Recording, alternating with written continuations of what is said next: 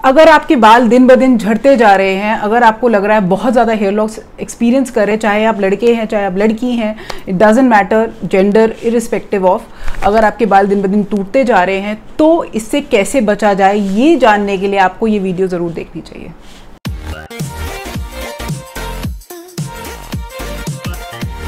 Hi everyone, welcome to My Diaries 20. This is Dr. Neeti. I hope you guys are doing fine. I hope you're doing well in lockdown. तो मैंने Instagram पे कुछ दिनों पहले एक पोल किया था. This reminds me, अगर आप मुझे नहीं फॉलो करें, मैं Facebook, Snapchat, Twitter और Instagram पे सेम नाम से हूँ, My Diaries 20, और Instagram पे बहुत ज़्यादा एक्टिव रहती हूँ. वहाँ मैं डे टू डे कुछ ना कुछ इंटरेस्टिंग पोस्ट करती रहती हूँ, and we can have interactive session over there. तो do follow me on Instagram.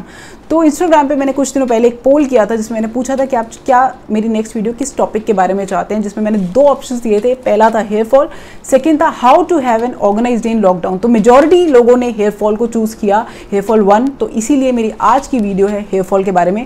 अगर आप जानना चाहते हैं हेयर फॉल होता क्या है, उसके कॉजेज क्या हैं और उसकी रेमेडीज क्या हैं, तो ज़रूर देखते रहिए. तो शुरू करते हैं आज की वीडियो बिना यू नो के, क्योंकि मैं अपनी कुछ पुरानी वीडियोस देख रही थी, उसमें मैंने देखा मैं बहुत यू नो बोलती हूँ. तो आज इस वीडियो में मैं ट्राई करूँगी बिल्कुल यू नो नहीं बोलूँगी. तो एनीवेज, तो अब स्टार्ट करते हैं हेयर फॉल वीडियो के बारे में. तो हेयर फॉल होता क्या है? तो डे टू डे बेसिस पे हर इंसान के 50 से 100 बाल गिरते ही हैं, बिकॉज एक हेयर साइकिल होता है जिसमें पुराने बाल गिरते हैं और नए बाल ग्रो करते हैं. तो इट इज़ लाइक नेचुरल, हर इंसान के 50 से 100 बाल दिन में गिरते हैं. अगर आपके 50 से 100 बाल गिर रहे हैं तो कोई टेंशन की बात नहीं है. It is like normal and it happens with everyone. So tension की बात कब है? टेंशन की बात तब हो जाती है जब बाल हमारे 100 से ऊपर गिरते हैं, यानी कि 100 से 700 के बीच में. अगर आपके बहुत ज़्यादा बाल शेड हो रहे हैं तो उसको कहते हैं हेयर लॉस. बिकॉज जितनी हमारे नए बाल उतनी फ्रीक्वेंसी से नहीं ग्रो कर रहे जितनी फ्रीक्वेंसी से हमारे पुराने बाल गिर रहे हैं, इसको it is naturally called as hair loss. Hair loss अगर हमारे 700 तक बाल होते हैं तो दिन में 100 से 700 के बीच में या 100 से ऊपर के जितने भी बाल गिरते हैं उसको हेयर लॉस कहते हैं. अब हमें कैसे पता चलेगा कि हमारे 100 से ऊपर बाल गिर रहे हैं या ज़्यादा गिर रहे हैं? तो उसके कुछ 2-3 साइंस एंड सिम्टम्स हैं कि अगर आप सो रहे हो और आप उठते हो, आपके पिलो पे बहुत सारे बाल गिरे होते हैं, या फिर आप सडनली अपने हाथों को ऐसे अपने बालों पे हाथ लगा रहे हो और आप देखते हो अचानक से बहुत सारे बाल आपके हाथों में होते हैं, या फिर अगर आप शावर के लिए जाते हो या बाल धोते हो, हेयर वॉश करते हो, आप देखते हो अचानक से एक पूरा लंप ऑफ हेयर है, 1-2 बाल नहीं है, बहुत सारे गुच्छा है प्रॉपर, तो उसको हम कहते हैं हेयर फॉल. तो ऐसी कंडीशन में it is a hair fall, and इसका ट्रीटमेंट लेना अर्ली स्टेजेस में बहुत ज़रूरी हो जाता है. बट बिफोर मैं कॉजेज़ पे जाऊँ, ये जानना ज़रूरी है कि मेल्स और फीमेल्स में ये पैटर्न हेयर लॉस का अलग अलग टाइप का होता है. तो बेसिकली हेयर लॉस 2 टाइप्स में हम कैसे डिफाइन कर सकते हैं कि होता है. एक होता है पैची, जहाँ आपको एक पूरा लंप ऑफ हेयर गिर गया, आपके पैच दिखने लग गए हैं. एक होता है डिफ्यूज, जिसमें बिल्कुल हल्के हल्के आपके बाल हर जगह से गिर रहे हैं. तो जब ये ज़्यादा बढ़ जाता है हेयर लॉस, तो मेल्स में एक अलग पैटर्न देखा जाता है, मेल बॉल्ड पैटर्न कहते हैं इसको, और फीमेल में एक अलग तरह से देखा जाता है. तो मेल में यूजुअली बाल फ्रंट और टॉप से जाना शुरू हो जाते हैं. पहले अगर आप देखते हैं मेल्स में यहाँ पे आपके बाल पीछे हेयरलाइन रिसीड कर जाती है, तो ये मेल बॉल्ड पैटर्न है. और फीमेल्स में क्या होता है कि फ्रंट से बाल नहीं जाते, बट जो आपकी पार्टिंग होती है, चाहे आप सेंटर पार्टिंग करते हैं, साइड पार्टिंग करते हैं, जो आपकी मांग है वो थोड़ी सी ब्रॉड होने लग जाती है, तो आपको पता चल जाता है कि ये हेयर लॉस है. तो इसके कुछ कॉजेज़ हैं. अगर अब हम जानते हैं इसके क्या कॉजेज़ हैं. Before moving on to the causes, let us talk about the main hormone behind hair loss. तो मेन हार्मोन हेयर लॉस जिसकी वजह से हेयर लॉस हो रहा है, जिसको हम हेयर लॉस हार्मोन भी कहते हैं, उसका नाम है डाइहाइड्रोटेस्टोस्टेरोन. ये दोनों ही मेल्स और फीमेल्स में देखा गया है. ऑब्वियसली फीमेल्स में भी टेस्टोस्टेरोन लेवल्स होते हैं मेल्स की तरह, बट थोड़े कम होते हैं. तो ये हार्मोन रिस्पॉन्सिबल है हमारे हेयर लॉस के लिए. तो इसको हम हेयर लॉस हार्मोन भी कहते हैं. तो अब देख लेते हैं कॉजेज़ क्या हैं हमारे, क्या रीज़न है जिसकी वजह से हमारा हेयर लॉस होता है. तो पहला रीज़न है जो कि बहुत ही नेचुरल रीज़न है, वो है एजिंग. तो जैसे ही हम 30s और 40s में अपने आते हैं, hair loss is quite common. अब हमारे बाल ऑब्वियसली अपनी यंग एज जैसे नहीं रहते, because 30s and 40s are like we are turning into middle age. तो हमारे बालों की थिनिंग शुरू हो जाती है, which is not to be worried about. अगर आपके ज़्यादा बाल नहीं गिर रहे तो ये नेचुरल है. आपको पहले से अपने बाल थोड़े से थिन और थोड़े से स्पार्स दिखने लग जाएंगे. एंड फीमेल्स में जैसे मेनोपॉज आ जाता है तो हेयर फॉल बढ़ जाता है. तो it is like quite normal ageing की वजह से भी हेयर लॉस होता है. Now moving on to the second thing which is very important, which is our diet. अगर हमारी डाइट प्रॉपर वाइटामिन और मिनरल्स के साथ नहीं है, हम प्रोटीन ज़्यादा नहीं ले रहे, तो हेयर लॉस होगा. Because in protein content diet में अच्छा होना चाहिए, जिसकी वजह से हमारे हेयर ग्रोथ अच्छी रहती है. तो you should have a protein enriched diet. और वाइटामिन मिनरल्स लेना भी जरूरी है। आयरन डेफिशिएंसी की वजह से भी हेयर लॉस होता है। Moving on to the third cause of hair fall which is the underlying illness. तो अगर हमें और भी साथ में कोई बीमारी है जैसे कि हार्मोनल इम्बैलेंस है या स्ट्रेस है या थायराइड है, इन चीज़ों की वजह से भी आपका हेयर फॉल हो जाता है, बिकॉज इन बीमारियों के भी साइड इफेक्ट्स में होता है हेयर फॉल। और अगर आपको समटाइम्स ये जो हेयर फॉल होता है ये ड्रग इंड्यूस होता है, जैसे कि कई पेशेंट जो कीमोथेरेपी में होते हैं हम देखते हैं कि उनके बहुत ज़्यादा बाल गिर जाते हैं, तो ये कुछ मेडिकल कंडीशंस की वजह से भी हेयर लॉस होता है। तो इन मेडिकल कंडीशंस को अगर हम एड्रेस करेंगे तो हमारा हेयर लॉस कभी कभार इट इज़ नॉट अनस्किपेबल और कभी कभार we can prevent this hair loss. तो जैसा अब हमने समझ लिया कि हेयर लॉस होता क्या है, उसके कॉजेज क्या है, so let us talk about some dos and don'ts and then I will end up this video with my natural home remedies. तो मैं आखिरी में बताऊंगी कि मेरी नेचुरल होम रेमेडीज क्या है। पहले हम बात कर लेते हैं डोंट्स की, देन डूज की, देन रेमेडीज की। तो डोंट से इसलिए शुरुआत करनी चाहिए बिकॉज पहले हम वो उन चीज़ों के बारे में बात कर लेंगे जो हमें नहीं करनी।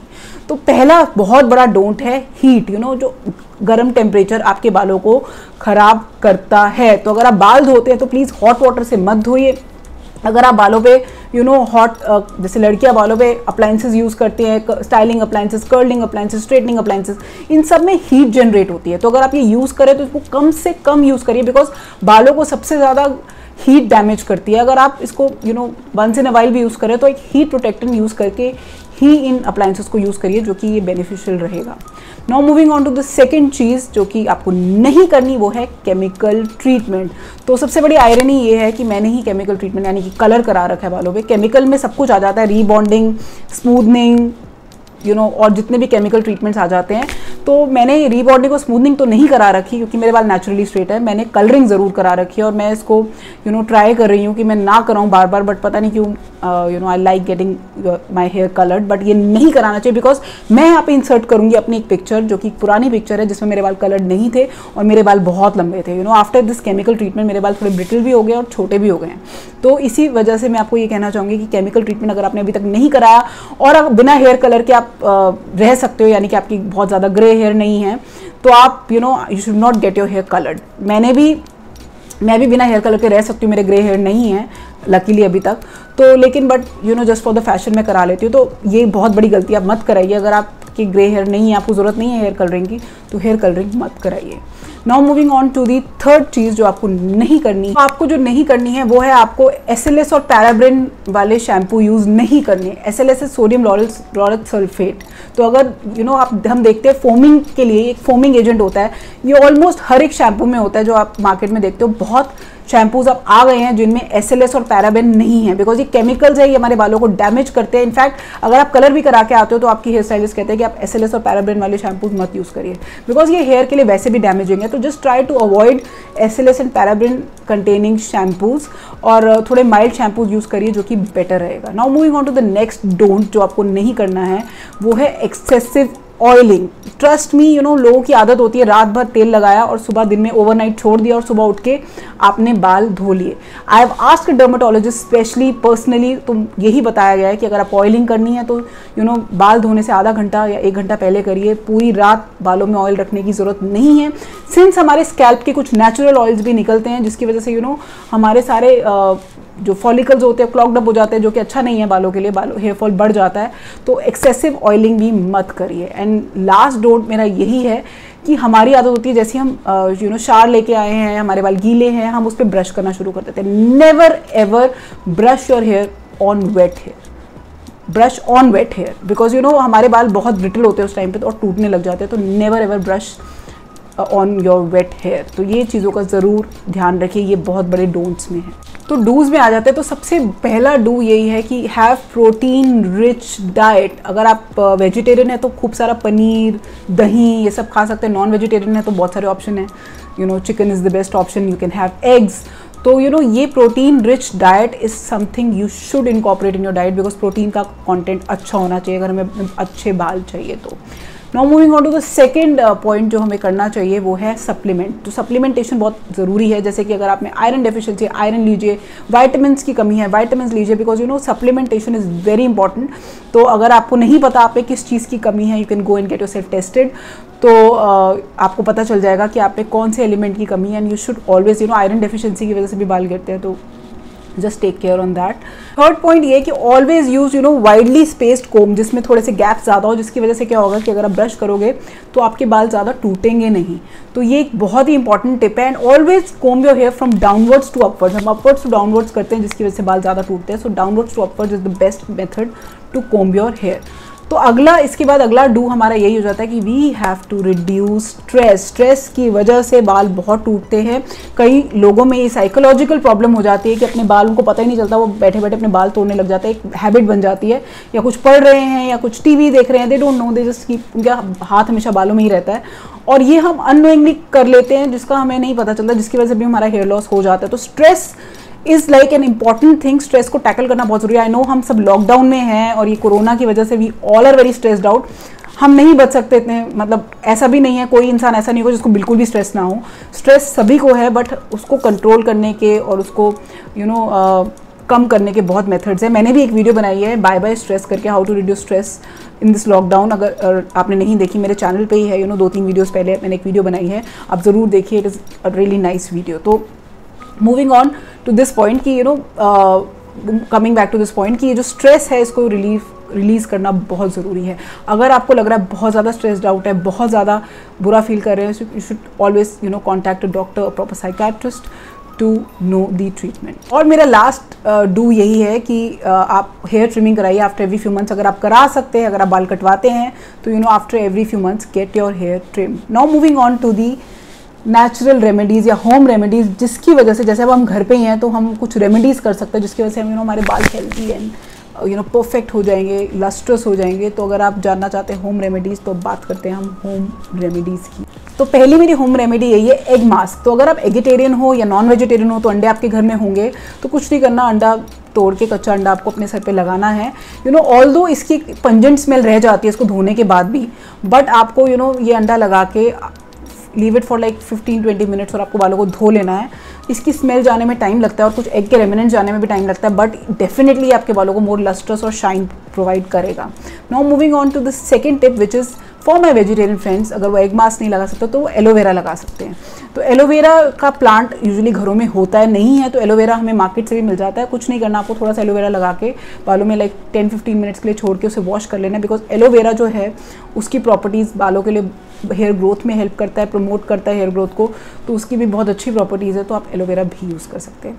Now moving on to the third thing, वो है मसाज। तो oil massage is a must. आप कोकोनट से मसाज करिए, बट ये इसका मतलब ये नहीं है कि आप ओवरनाइट लगा के आप उसको छोड़ रहे हो, नहीं। आपको सिर्फ वॉशिंग से आधा घंटा पहले, यानी कि शैम्पूइंग से आधा घंटा पहले आपको लगाना है coconut oil. You can use almond oil और उसमें आप कैस्टर ऑयल भी मिला सकते हो। ये पूरा मिक्सचर बना के आप यूज़ कर सकते हो। You have to use it like half an hour before washing your hair, और आप देखेंगे इसके भी बहुत अच्छे बेनिफिट्स हैं। तो जो नेक्स्ट मेरी रेमेडी है बहुत ज़्यादा मार्केट में भी फेमस है, और आजकल डिफरेंट टाइप ऑफ ऑयल्स भी आ गए। मैं बात कर रही हूँ अनियन जूस की। तो अनियन हेयर ऑयल्स बहुत मार्केट में हैं, अगर आप यूज़ करना चाहें कर सकते हैं, नहीं तो आप घर पे भी अनियन लेके उसको श्रेड करके उसका जूस निकाल के अपने बालों पे लगाएं 10-15 मिनट पहले शैम्पू से। उससे भी हेयर फॉल आपकी कम हो जाएगी और हेयर ग्रोथ बढ़ेगी।